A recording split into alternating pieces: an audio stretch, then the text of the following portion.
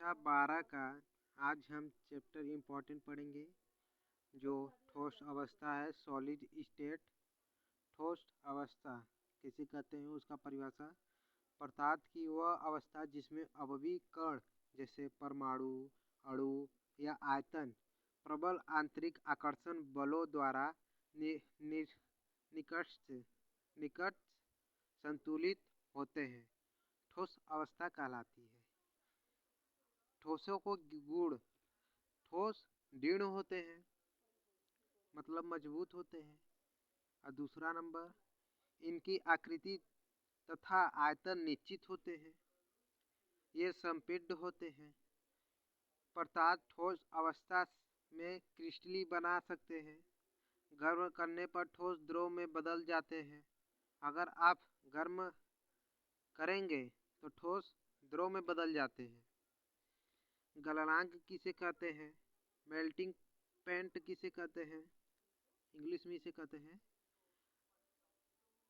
जिस ताप तथा वायुमंडलीय दाब पर कोई पदार्थ पिघलकर ठोस अवस्था से द्रव अवस्था में परिवर्तित हो जाता है, उस ताप को ठोस पदार्थ का गलनांक कहते हैं।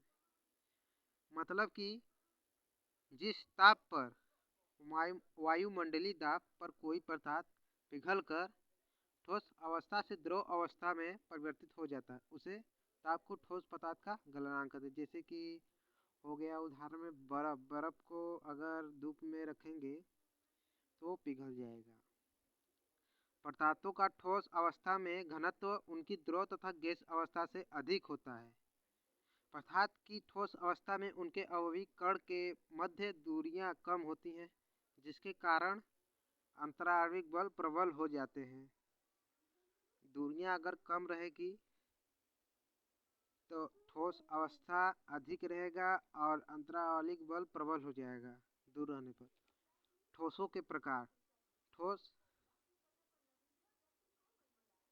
दो प्रकार के होते हैं, क्रिस्टलीय ठोस और अक्रिस्टलीय ठोस।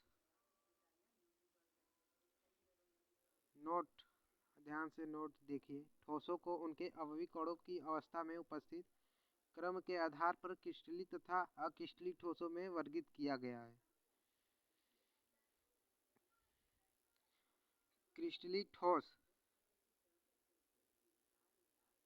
वे ठोस पदार्थ जिनके अवयवी कण त्रिविम में एक निश्चित ज्यामिति में व्यवस्थित होते हैं, अर्थात जिनमें अवयवी कणों की दीर्घ परास व्यवस्था लॉन्ग रेंज ऑर्डर पाई जाती है, क्रिस्टलीय ठोस कहलाती है। मतलब कि वे ठोस पदार्थ जिनके अवयवी कण त्रिविम में एक निश्चित ज्यामिति में व्यवस्थित होते हैं, अर्थात जिनमें अवयवी कण की दीर्घ परास अवस्था पाई जाती है, दीर्घ परास अवस्था पाई जाती है, जिसे क्रिस्टलीय ठोस कहते हैं। क्रिस्टलीय ठोस ही वास्तविक ठोस होता है। ये ध्यान देने वाली बात है। उदाहरण आप ये दे सकते हैं, NaCl, NaSO4 तथा शक्कर आदि। इनके गलनांक निश्चित होते हैं। इनकी त्रिविम संरचना बाह्य बलों के प्रभाव में विकृत नहीं होती है।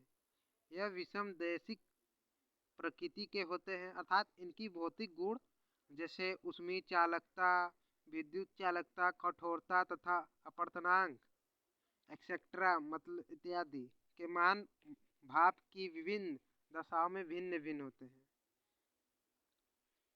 और विषमदैशिकता किसे कहते हैं?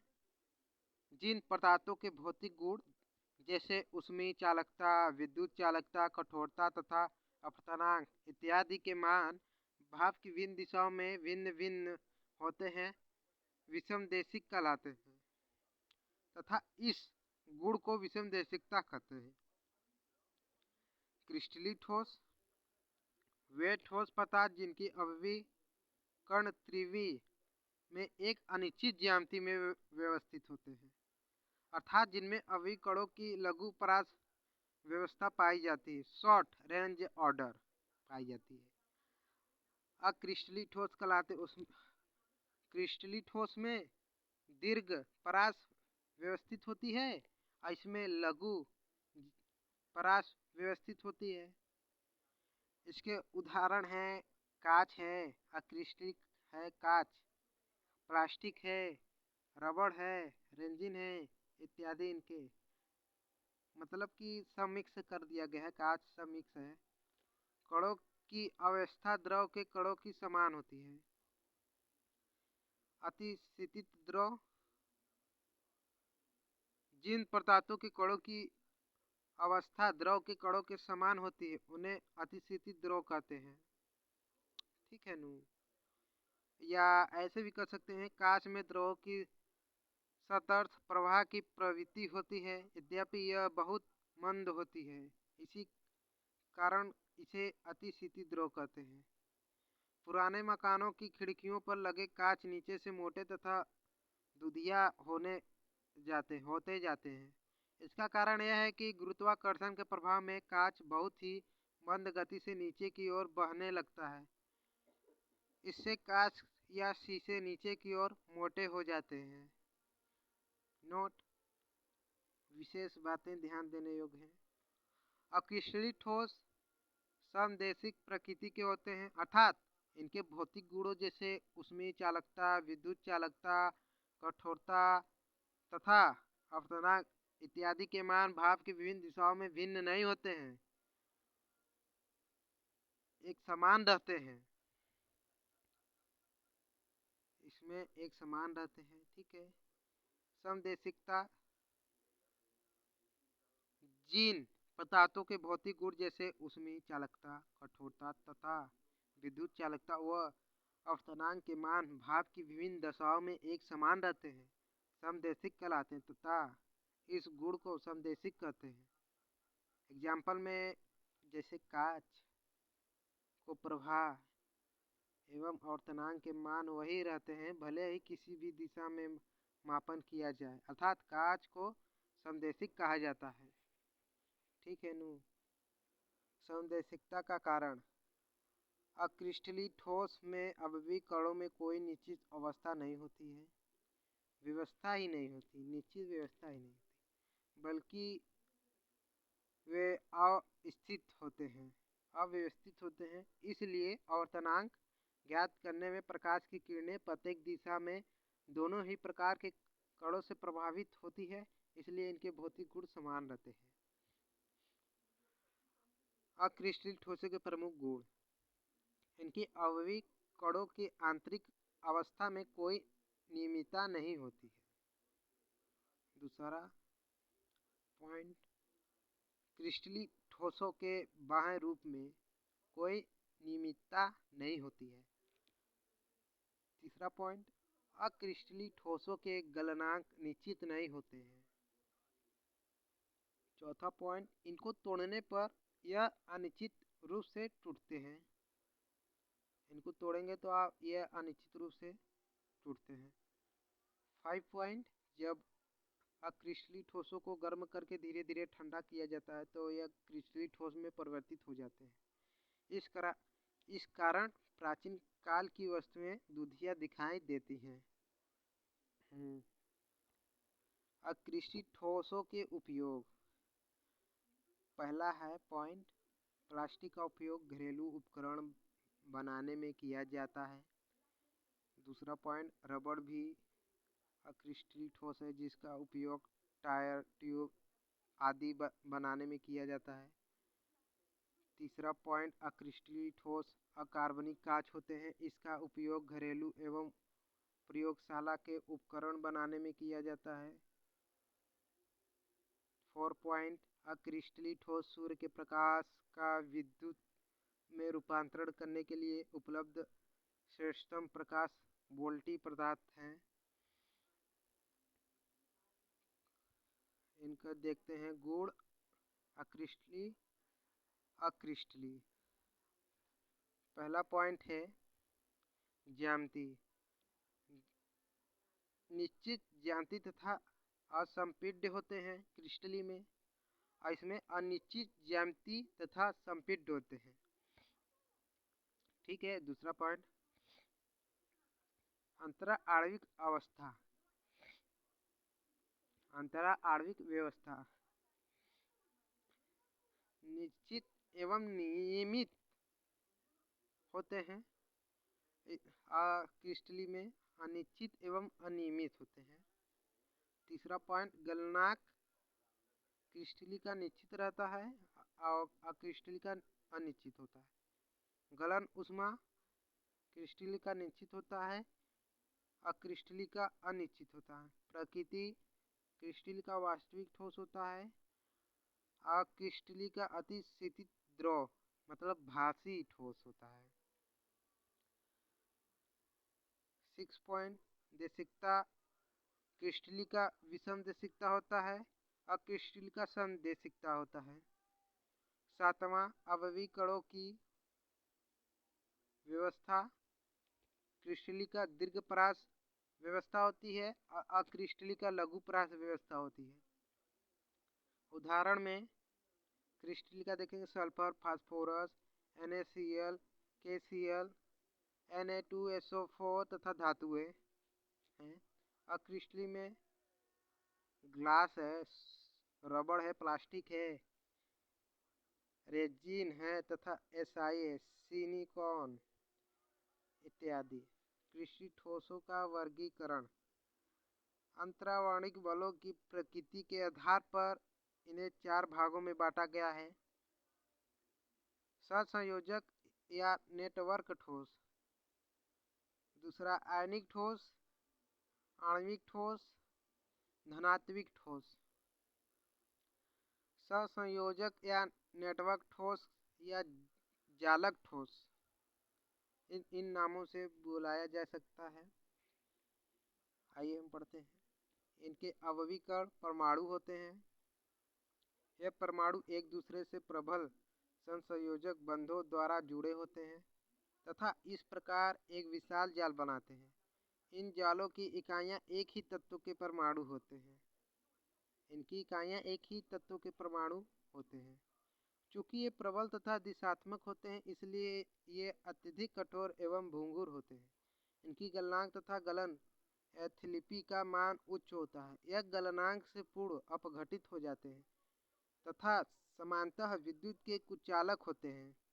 हीरा, ग्रेफाइट, सिलिकॉन, सिलिकॉन कार्बाइड, काला, फास्फोरस आदि इसके उदाहरण हैं। अपवाद किसे कहते हैं? अपवाद हैं ग्रेफाइट मुलायम तथा विद्युत के सुचालक है। ग्रेफाइट मुलायम तथा विद्युत के सुचालक हैं। ग्रेफाइट का यह गुण इसकी प्रति संरचना के कारण होता है। आइए ऐसे भी क्वेश्चन पूछ सकते हैं। कारण बताइए कि हीरा विद्युत का कुचालक तथा ग्रेफाइट विद्युत के सुचालक होते हैं तथा हीरा कठोर व ग्रेफाइट मुलायम होते हैं। अभी हमने पढ़ा है। हीरे में प्रत्येक कार्बन परमाणु sp3 संकृत अवस्था में 4 अन्य निकटवर्ती कार्बन परमाणु से चतुष्फलकी ज्यामिति से जुड़ा रहता है, जबकि ग्रेफाइट का प्रत्येक कार्बन परमाणु sp2 संकृत अवस्था में अन्य 3 निकटवर्ती कार्बन परमाणु से जुड़ा रहता है। मतलब समझ गए? हीरे में जो प्रत्येक कार्बन परमाणु sp3 संकृत अवस्था के चारों अन्य निकटवर्ती परमाणु से चतुर्फली ज्यामिति से जुड़ा रहता है, चतुर्फली बनाता है। जबकि ग्रेफाइट sp2 कार्बन परमाणु संकृत अवस्था में अन्य 3 निकटवर्ती कार्बन परमाणु से जुड़ा रहता है तथा इसकी चौथा इलेक्ट्रॉन 2 भिन्न भिन्न परतों के बीच उपस्थित होता है तथा यह इलेक्ट्रॉन गतिशील अवस्था में रहता है, जो विद्युत धारा संचरण के लिए उत्तरदायी होता है। चूँकि ग्रेफाइट की षष्ठकोणीय परतें एक दूसरे पर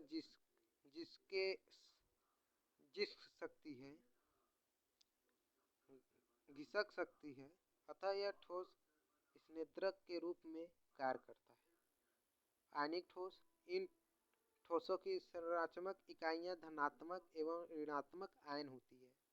यह आपस में 30 प्रबल गुलामी आकर्षण बलों के कारण ऐसे ठोसों का निर्माण होता है। इनमें प्रत्येक आयन विपरीत आवेशित आयनों की एक निश्चित संख्या द्वारा घिरा रहता है। यह संख्या अल्फा प्लस अल्फा माइनस अनुपात से ज्ञात की जाती है। इनके गलनांक व क्वथनांक उच्च होते हैं। यह कठोर एवं भंगुर प्रकृति के होते हैं। ठोस अवस्था में इनमें आयन गमन नहीं करते हैं, जिसके कारण ये विद्युत के कुचालक हैं। परंतु गलित अवस्था या जलीय विलयनों में इनके आयन गमन करते हैं, जिसके कारण ये विद्युत के सुचालक होते हैं। यह जल तथा अन्य ध्रुवीय विलायकों में विलय व अध्रुवीय विलायकों में अविलय होते हैं।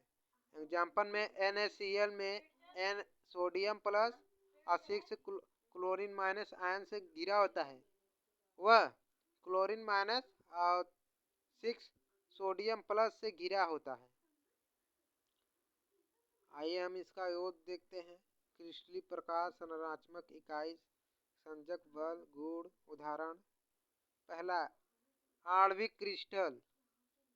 संरचनात्मक इकाई इसका है अणु 3D जालक में व्यवस्थित होता है, 3D बनाता है। सहसंयोजक बल, दुर्बल वांडरवाल्स बल।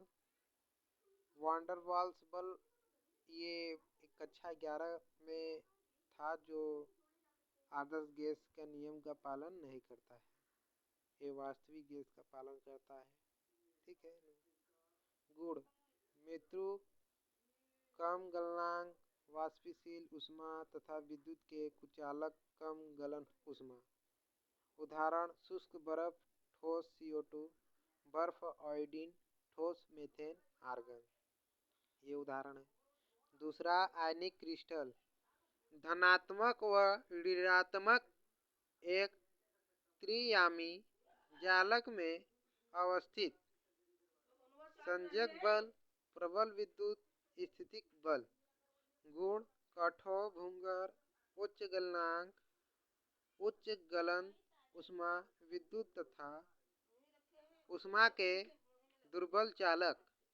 उदाहरण NaCl, KCl, potassium chlorine, zinc sodium, argon iodine,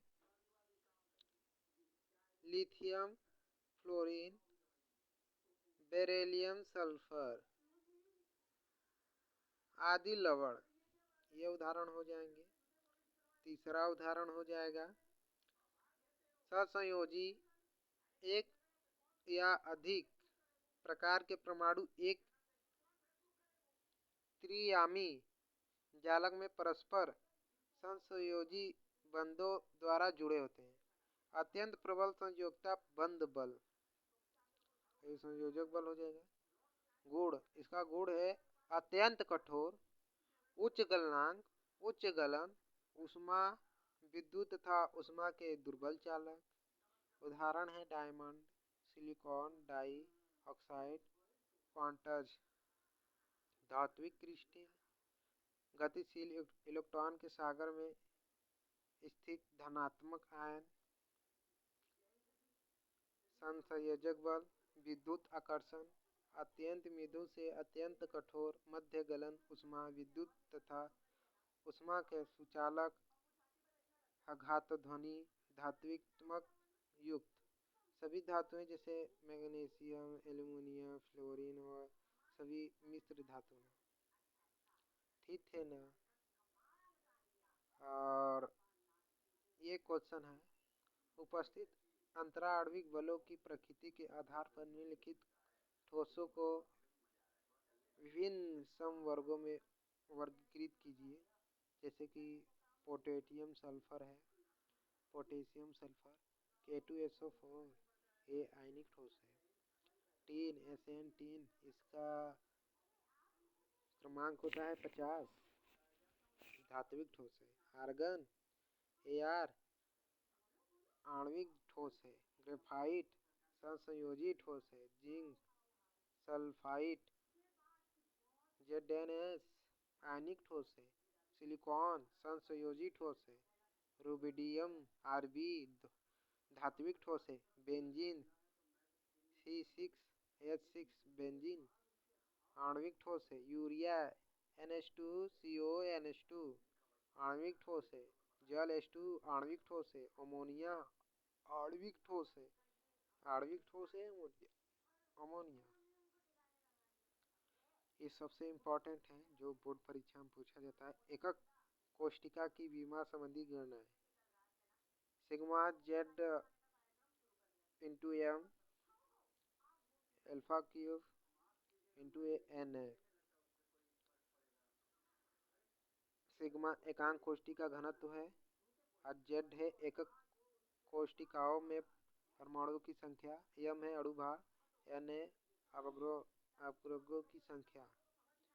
इसका मान होता है 6.022 इंटू 10⁻²3। आणिक क्रिस्टलों का त्रिज्या अनुपात आर बड़ा छोटा स्मॉल आर। धनात्मक त्रिज्या स्मॉल आर प्लस, ऋणात्मक त्रिज्या स्मॉल आर माइनस।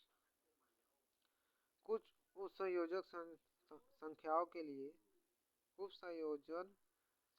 लिए सीमांत त्रिज्या अनुपात। उपसंयोजन संख्या इसकी आकृति होगी समतली त्रिकोणीय।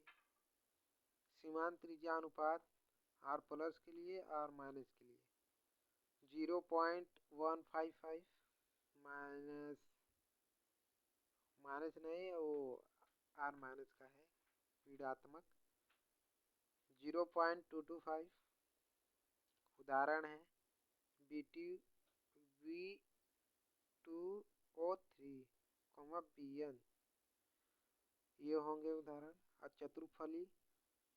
चतुर्फलकी इसका है प्लस के लिए 0.225 और आर माइनस के लिए 0.414। उदाहरण हो जाएगा zinc sulphate, zinc oxide.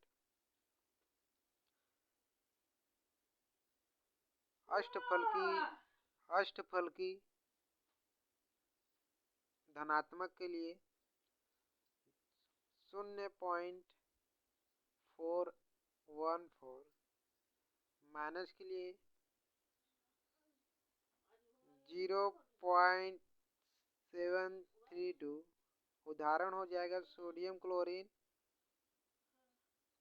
KBr, potassium chlorine. अंतः केंद्रीय घनी 0.732 धनात्मक के लिए। ऋणात्मक के लिए 1.000। उदाहरण हो जाएगा C5Cl, C5Br। बिंदु दोष ठोसों में अपूर्ण या ठोस मूलतः अब भी कणों की अवस्था में अनियमित है। यह ठोस दो प्रकार के होते हैं। बिंदु दोष, रेखी दोष। बिंदु दोष पहला हो जाएगा एक क्रिस्टलीय पदार्थ में एक बिंदु अथवा एक परमाणु के चारों ओर की आदर्श व्यवस्था में अनियमितताएं ही बिंदु दोष होते हैं।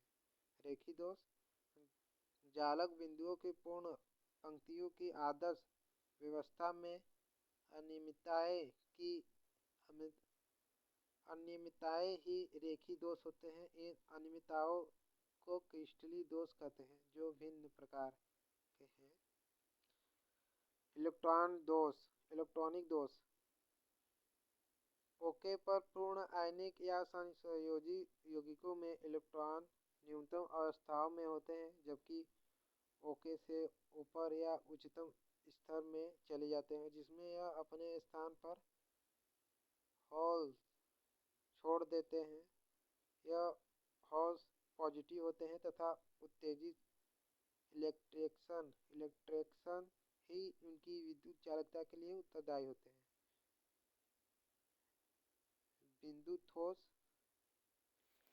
बिंदु दोष ये 3 प्रकार के होते हैं। रस समीकरण मिति दोष, अरस समीकरण मिति दोष, अशुद्धि दोष, रस समीकरण मिति दोष। इसकी परिभाषा क्या होगी? इनमें उपस्थित धनायनों या ऋणात्मकों का अनुपात यौगिकों के अणु सूत्र के समान ही रहता है। यह दोष दो प्रकार के होते हैं, रिक्तियाँ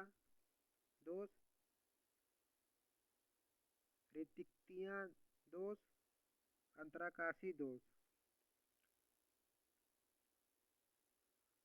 सांट्रिक दोष पढ़ेंगे हम। ऐसे पैराग्राफ बने रहते हैं, चित्र देख लीजिए। यह दोष उन यौगिकों में होता है जो बहुत अधिक आयनिक है। समझे नु? समन्वय संख्या उच्च होती है। तीसरा पॉइंट, इनमें धनायनों व ऋणायनों का आकार लगभग समान होता है। चौथा पॉइंट, यह दोष भी पदार्थ के घनत्व को घटाते हैं। उदाहरण NaCl, KCl, AgBr, KBr etcetera. सांट्रिक की दोष में चालकता धनायन अथवा दोनों आयनों के विपरीत दिशा में अभिगमन चलने के कारण होती है। फ्रेंकल दोष के बारे में आज पढ़ेंगे। यह दोष उन यौगिकों में होता है जो आयनिक यौगिक में होता है। दूसरा पॉइंट, समन्वय संख्या निम्न होती है। तीसरा पॉइंट, दोनों में अधिक अंतर होता है। चौथा पॉइंट, धनायन का आकार ऋणायन से छोटा होता है। पांचवा पॉइंट, धनायन चालक में अपने निश्चित स्थान को छोड़कर जाते हैं, अंतराकाश में चला जाते हैं। छोड़कर जाल के अंतराकाश में चले जाते हैं। 6 पॉइंट, फ्रेंकेल दोष आसानी से होता है। उदाहरण है AgCl, zinc sulphur, AgBr, Agi, electron I को आयोडीन कहते हैं। अर्धचालकों में विद्युत चालन, अर्धचालकों में संशोधी बैंड एवं चालकता बैंड के मध्य ऊर्जा का अंतर कर्म होता है तथा ताप बढ़ने से अर्धचालक में ऊर्जा का अंतर कम होता है। ताप बढ़ने से अर्धचालक में चालकता बढ़ती है क्योंकि ताप वृद्धि से अधिक इलेक्ट्रॉन चालकता बैंड में चले जाते हैं। Si और Cu जैसे पदार्थ इसी तरह व्यवहार प्रकट करते हैं, इसलिए इन्हें नेज अर्धचालक कहते हैं। और मिश्र या डोपिंग से आप क्या समझते हैं? Si और Gi, इसका भौतिक क्रमांक होता है। गैलीनियम जैसे अर्धचालकों की चालकता उचित मात्रा में अशुद्धि मिलाने पर बढ़ाई जा सकती है।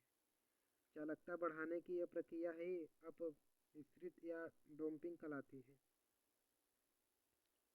अशुद्धि मिलाने पर बढ़ाई जा सकती है। चालकता बढ़ाने की यह प्रक्रिया अपमिश्र या डोपिंग कहलाती है।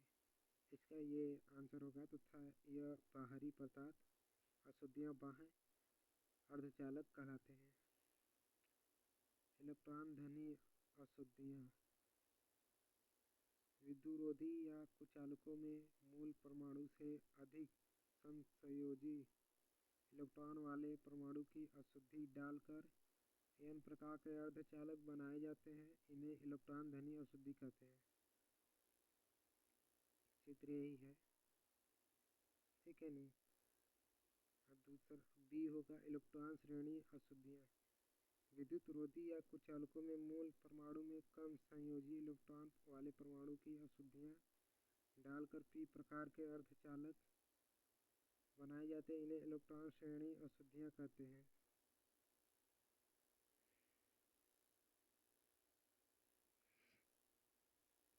प्रतिचुंबकीय पदार्थ, वे पदार्थ जो बाह्य चुंबकीय क्षेत्र द्वारा दुर्बल रूप से प्रतिकर्षित होते हैं प्रतिचुंबकीय पदार्थ कहलाते हैं। प्रतिचुंबकीय पदार्थ, ध्यान से सुने, वे पदार्थ जो बाह्य चुंबकीय क्षेत्र द्वारा दुर्बल रूप में प्रतिकर्षित होते हैं। दुर्बल रूप में प्रतिकर्षित होते हैं प्रतिचुंबकीय पदार्थ कहलाते हैं। अनुचुंबकीय पदार्थ, वे पदार्थ जो चुंबकीय क्षेत्र में रखने पर दुर्बल रूप से आकर्षित होते हैं अनुचुंबकीय पदार्थ कहलाते हैं तथा उनका यह गुण अनुचुंबकीय कहलाता है। पदार्थ बाह्य चुंबकीय क्षेत्र में आकर्षित होते हैं परंतु चुंबकीय क्षेत्र की अनुपस्थिति में यह अपना चुंबकीय खो देते हैं। उदाहरण है TiO2